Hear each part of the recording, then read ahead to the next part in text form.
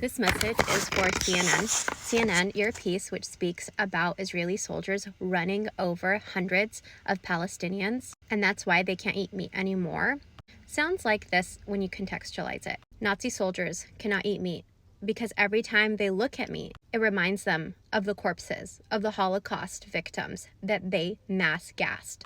It's giving colonizers can no longer eat meat because every time they try, they remember the Native Americans whom they slaughtered. It's giving slave masters can no longer eat meat because every time they look at meat, they remember the way that they butchered, kidnapped, raped, and enslaved for generations. It's not just that all of us have witnessed actual footage of the civilians in the hundreds that were run over, the children, their parents, the elderly, right outside of a hospital when they were taking refuge in tents and were already wounded. Probably any of us can remember the body parts that we saw strewn all over.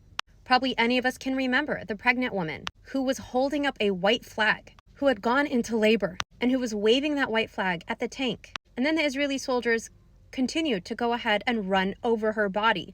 CNN, you have seen all of these videos because Israeli soldiers themselves take videos and then laugh. They do TikTok dances while they are the ones who are the cause of the amputations of over 1,000 children without any anesthesia, because they are also the same ones who are ensuring that no aid goes into Gaza. CNN, you have seen the children of Gaza, and yet you have allowed yourself to produce a piece in which an Israeli soldier admits that he killed everybody, because all of them are terrorists. Well, whether it is the premature babies whose video footage we saw had maggots all over them because Israel would not allow for the Red Cross, after they said that they were going to take those premature babies out. Israeli soldiers had at gunpoint forced their families and the medical staff to leave.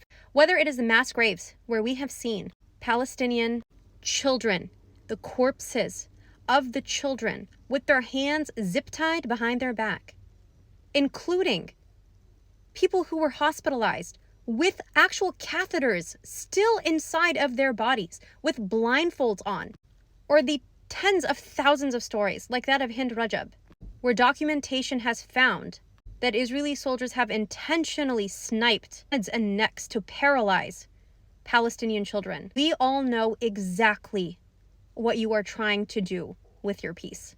The difference is that, unlike years ago, we can also witness not only the crimes of Israeli, but those who spread their propaganda like you.